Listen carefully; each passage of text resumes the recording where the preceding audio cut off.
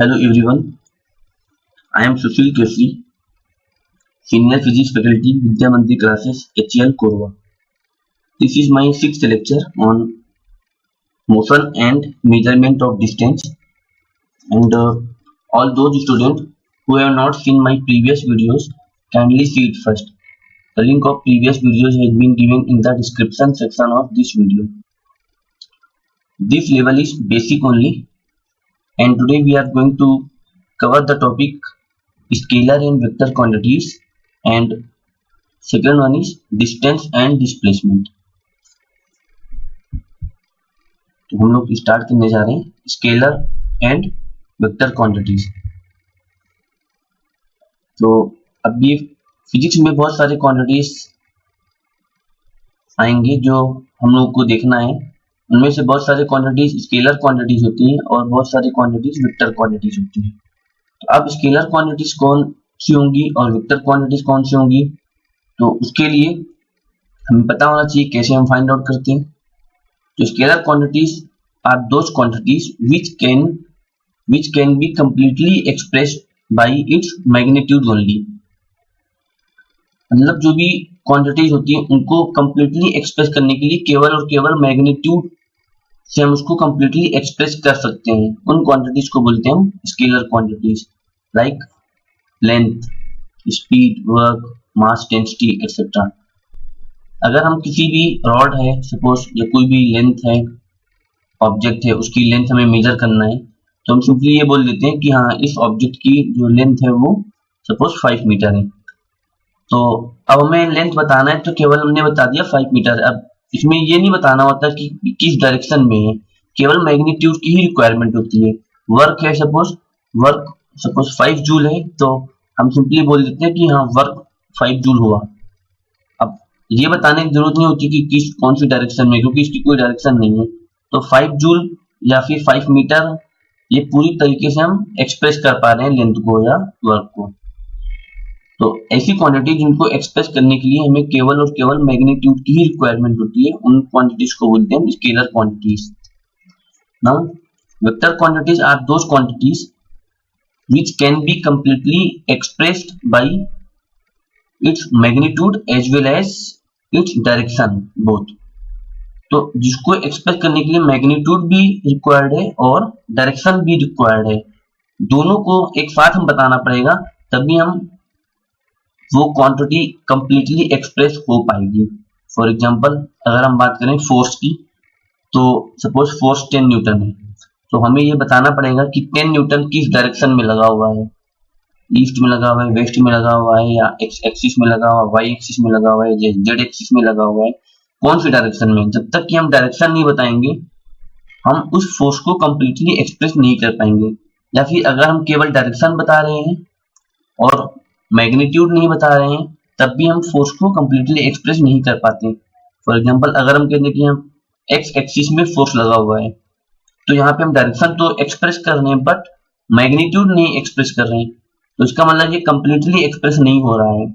तो vector quantities are those quantities which can be completely expressed by its magnitude as well as direction both।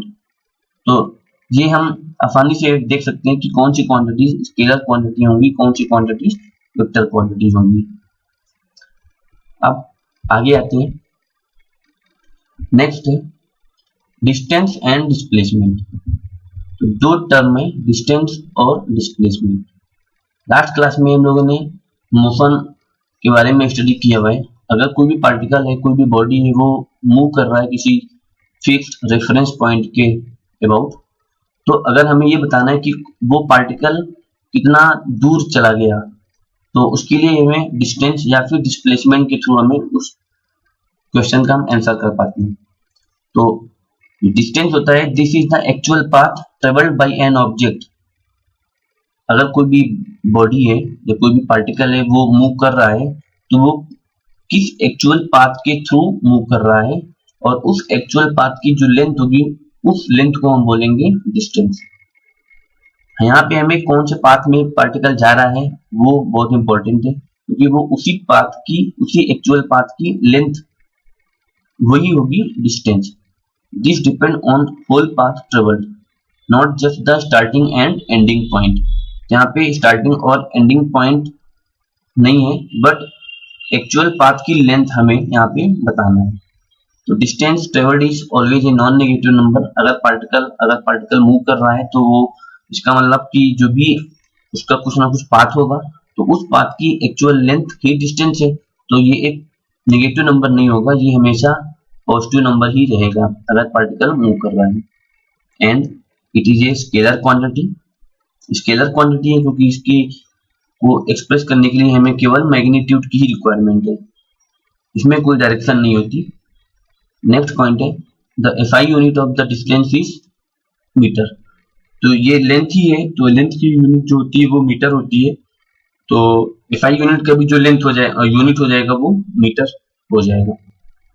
तो इस तरीके से distance ये हो गया।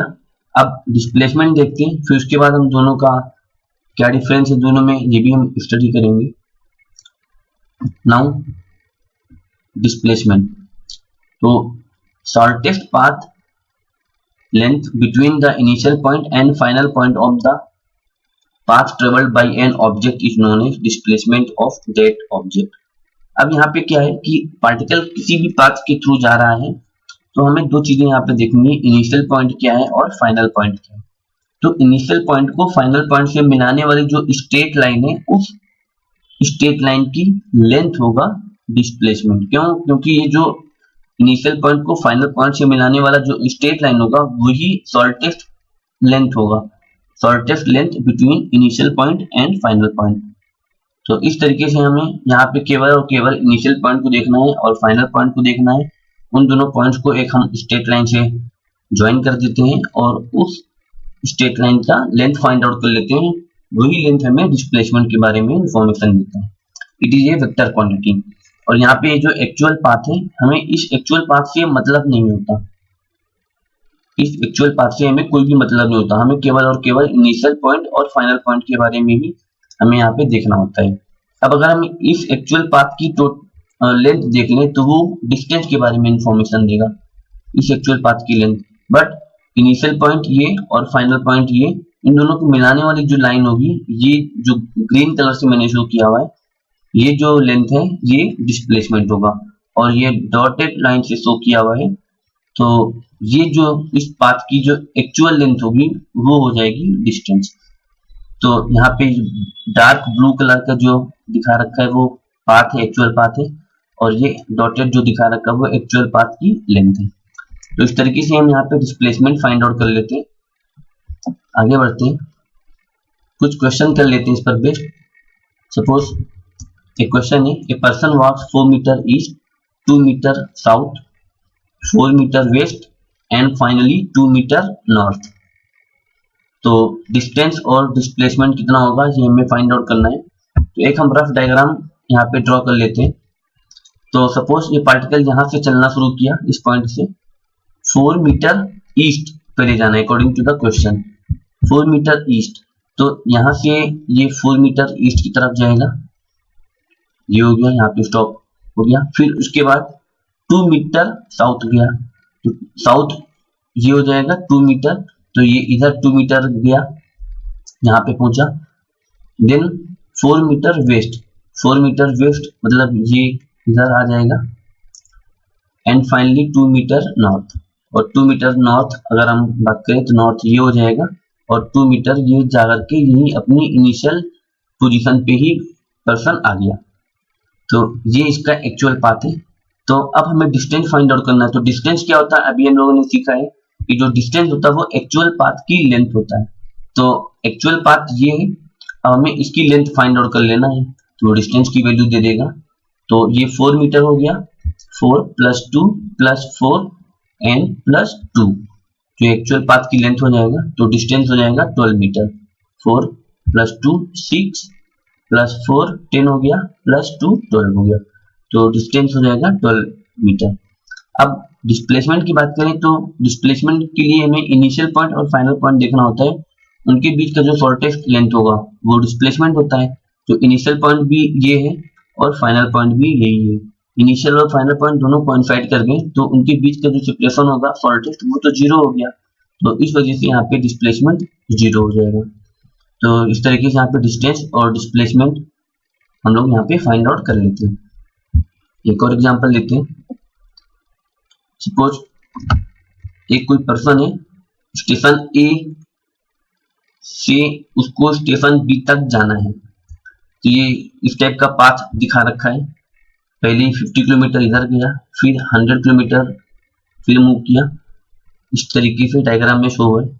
फिर 200 मीटर इधर आया और फिर 400 किलोमीटर जाकर के स्टेशन बी पर पहुंचता है। तो हमें यहाँ पे डिस्टेंस और डिस्प्लेसमेंट बताना है। तो अगर हम डिस्टेंस हमें पूछा हुआ है तो डिस्टेंस मीन्स एक्चुअल पाथ की लेंथ।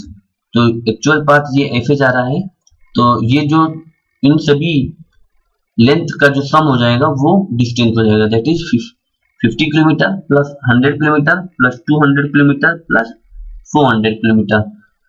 तो ये जो टोटल लेंथ आएगा 750 किलोमीटर, ये हो जाएगा डिस्टेंस।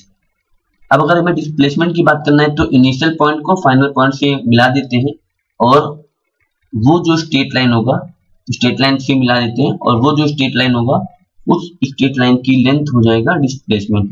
तो यहाँ से अगर हम इसको मिला देते हैं तो ये 400 किलोमीटर आता है, तो डिस्प्लेसमेंट हो जाएगा 400 किलोमीटर। तो इस तरीके से हमें डिस्प्लेसमेंट में केवल और केवल इनिशियल और फाइनल पॉइंट के बीच का सेपरेशन चाहिए, शॉर्टेस्ट सेपरेशन। किस पाथ से जा रहा है वो हमें इससे मतलब नहीं है। पाथ कैसा भी हो सकता है, इनफाइनाइट नंबर ऑफ पाथ हो सकते हैं ए टू बी के लिए। उन सभी केसेस के लिए जो डिस्प्लेसमेंट आएगा वो 400 किलोमीटर ही आएगा, बट डिस्टेंस वेरी कर सकता है क्योंकि जो भी पाथ होगा उसकी एक्चुअल लेंथ होगा डिस्टेंस। तो अब इसमें क्या डिफरेंस है डिस्टेंस और डिस्प्लेसमेंट में एक बार देख लेते हैं। तो लेफ्ट हैंड साइड में डिस्टेंस है, राइट हैंड साइड में डिस्प्लेसमेंट है। तो पहला जो डिफरेंस होगा, distance is the length of path actually travelled by a body in any direction. तो जैसा भी हम लोगों ने भी डिस्कस किया है कि एक्चुअल पाथ की लेंथ होगा वो डिस्टेंस होगा, और डिस्प्लेसमेंट में shortest distance between initial and final position of the body in the direction of point of the final position. तो फाइनल पोजीशन की डायरेक्शन में इनिशियल और फाइनल पोजीशन को मिलाने वाला जो शॉर्टेस्ट डिस्टेंस होगा वो हो जाएगा डिस्प्लेसमेंट। नेक्स्ट है distance between two given point depend upon the path choosing. तो जो भी पाथ हम चूज कर रहे हैं इनिशियल और फाइनल पॉइंट से पहुंचने के लिए, तो उस पाथ की एक्चुअल लेंथ ही तो डिस्टेंस होता है, तो ये पाथ पे डिपेंड करेगा। और displacement between two points is measured by the straight path between the point. तो केवल और केवल यहाँ पे इनिशियल पॉइंट और फाइनल पॉइंट के बीच का जो शॉर्टेस्ट डिस्टेंस होगा वो उस बात पे डिपेंड करता है, डिस्प्लेसमेंट एक्चुअल पाथ पे डिपेंड नहीं करता। नेक्स्ट है डिस्टेंस इज ऑलवेज पॉजिटिव, क्योंकि बॉडी अगर मूव कर रही है तो डिस्टेंस हमेशा पॉजिटिव रहेगा। और डिस्प्लेसमेंट में be positive as well as negative and even zero. ये डिस्प्लेसमेंट जो है पॉजिटिव भी हो सकता है, नेगेटिव भी हो सकता है और इवन जीरो भी हो सकता है। फॉर एग्जाम्पल अगर हम कोई भी बॉडी है वो सपोज उसको हम मूव करा रहे हैं, थ्रो कर रहे हैं सपोज अपवर्ड डायरेक्शन में एक बॉल को, और वो थोड़े टाइम के बाद फिर हमारे हाथ में फिर वापस आ जा रही है, तो इनिशियल पोजीशन भी वही हो गया और फाइनल पोजीशन भी वही हो गया, सेम हो गया। तो यहाँ पे डिस्प्लेसमेंट जीरो हो गया। तो इस तरीके से ये जीरो भी डिस्प्लेसमेंट हो सकता है। नेगेटिव कब होगा, अगर सपोज इनिशियल जो पोजीशन है उससे नीचे अगर बॉल चली जाती है तो जो डिस्प्लेसमेंट हो जाएगा वो नेगेटिव हो जाएगा। तो नेगेटिव भी हो सकता है, पॉजिटिव पॉजिटिव तो हो ही सकता है। नेक्स्ट है distance is scalar quantity. Distance एक स्केलर क्वांटिटी है और displacement is a vector quantity. यहाँ पे जो डिस्प्लेसमेंट है वो एक वेक्टर क्वांटिटी है। नेक्स्ट पॉइंट है distance will never decrease and displacement में डिक्रीज। तो डिस्प्लेसमेंट अगर नेगेटिव हो गया तो इसका मतलब वो डिक्रीज कर सकता है, बट ये जो डिस्टेंस है वो कभी भी नेगेटिव नहीं होगा, वो हमेशा पॉजिटिव नंबर ही है। तो इस तरीके से distance will decrease but displacement में डिक्रीज। यहाँ पे एक पॉइंट हमने लिखा हुआ है distance greater than or equal to displacement. तो जो डिस्टेंस की वैल्यू होगी वो डिस्प्लेसमेंट की वैल्यू से या तो ग्रेटर रहेगी या तो इक्वल रहेगी। तो ये हो गया। सपोज स्ट्रेट लाइन पाथ है, स्ट्रेट लाइन पाथ में बॉडी मूव कर रहा है और चलता जा रहा है किसी फिक्स ड्यूरेशन में। अगर हम बात करें तो डिस्टेंस और डिस्प्लेसमेंट दोनों सेम हो जाएगा। बट अगर हम सपोज एक ऐसा एग्जांपल लेते हैं कि बॉडी टर्न कर करके वापस आ जा रही है किसी पोजीशन पे, तो डिस्टेंस तो एक्चुअल पाथ की लेंथ है, तो डिस्टेंस की वैल्यू जो है डिस्प्लेसमेंट की वैल्यू से यहाँ पे बड़ी हो जाएगी, क्योंकि डिस्प्लेसमेंट इनिशियल और फाइनल पोजीशन के बीच का शॉर्टेस्ट पोजीशन होता है, शॉर्टेस्ट डिस्टेंस होता है। तो यहाँ पे डिस्प्लेसमेंट कम हो जाएगा डिस्टेंस से। नेक्स्ट पॉइंट जो हम लोगों ने अभी डिस्कस किया है, distance greater than 0 but displacement greater than or equal to or less than 0। That is यहाँ पे जो भी हम लोगों ने अभी डिफरेंस में बात किया वही चीजें, डिस्प्लेसमेंट पॉजिटिव भी हो सकता है, इक्वल भी हो सकता है और लेस देन 0 भी हो सकता है, दैट इज नेगेटिव भी हो सकता है। 0 डिस्प्लेसमेंट कब होगा ये हमने एक अलग से कंसीडर किया हुआ है। उसके लिए suppose if a body travels in such a way that it comes back to its starting position, then the displacement is 0। अभी हम लोगों ने चीज डिस्कस भी किया था बॉल का एग्जांपल लेकर के कि अगर कोई भी बॉल है, कोई भी बॉडी है, इस तरीके से मूव कर रही है कि अपने ओरिजिनल पोजीशन पे वापस आ जा रही है, तो डिस्प्लेसमेंट 0 हो जाएगा। क्यों? क्योंकि वो इनिशियल पोजीशन और फाइनल पोजीशन दोनों सेम हो गया। But distance travelled is never 0। तो डिस्टेंस तो एक्चुअल पाथ की लेंथ होती है, तो वो हमें एक्चुअल पाथ को ऐड करना होगा, तो वो 0 नहीं होगा। When an object remains stationary or it moves first towards right, then an equal distance toward left, its displacement is 0। वही चीज है, एक बॉडी है वो सपोज आगे जा रही है और उतना ही डिस्टेंस बैक होकर के वो डायरेक्शन चेंज होकर के फिर वहीं पे पहुंच जा रही है, तो डिस्प्लेसमेंट यहाँ पे 0 हो जाएगा, क्योंकि इनिशियल और फाइनल पोजीशन ऑब्जेक्ट का सेम हो गया। सेम एग्जांपल सर्कुलर मोशन का है। एक पार्टिकल है वो सर्कुलर मोशन में सपोज मूव कर रहा है, सपोज ए पोजीशन से मूव करके वो बी पर आया, फिर उसके बाद मूव करता हुआ फिर ए पर पहुंच गया। तो इस तरीके से पार्टिकल मूव कर रहा है। तो यहाँ पे इनिशियल पोजीशन भी ए है, फाइनल पोजीशन भी ए है, तो डिस्प्लेसमेंट 0 हो गया। बट अगर हम डिस्टेंस की बात करें तो डिस्टेंस तो एक्चुअल पाथ की लेंथ होता है, तो ये जो एक्चुअल पाथ है जो पार्टिकल ट्रेवल कर रहा है सर्कुलर मोशन में, दैट इज ये जो इसका सरकमफ्रेंस है ये हो जाएगा एक्चुअल पाथ की लेंथ और वही हो जाएगा डिस्टेंस। तो डिस्टेंस हो जाएगा यहाँ पे 2 pi R, where R is the radius of the circular path. तो अगर रेडियस हमें गिवन है, सपोज इस एग्जांपल में 7 मीटर रेडियस गिवन है, तो 2 पाई आर, आर की जगह पे हम 7 मीटर रख देंगे, दैट इज 14 पाई मीटर, ये हो जाएगा इसका डिस्टेंस। तो इस तरीके से हम लोग यहाँ पे डिस्टेंस और डिस्प्लेसमेंट के कुछ कॉन्सेप्ट स्टडी करेंगे। अब अगर इसमें कोई डाउट आता है तो आप लोग व्हाट्सएप ग्रुप में क्वेरी पोस्ट कर सकते हैं, मैं उसका रिप्लाई करूंगा। और एक चीज और, प्लीज इस वीडियो को लाइक करें, शेयर करें और हमारे यूट्यूब चैनल को सब्सक्राइब करना ना भूलें। Okay, thank you.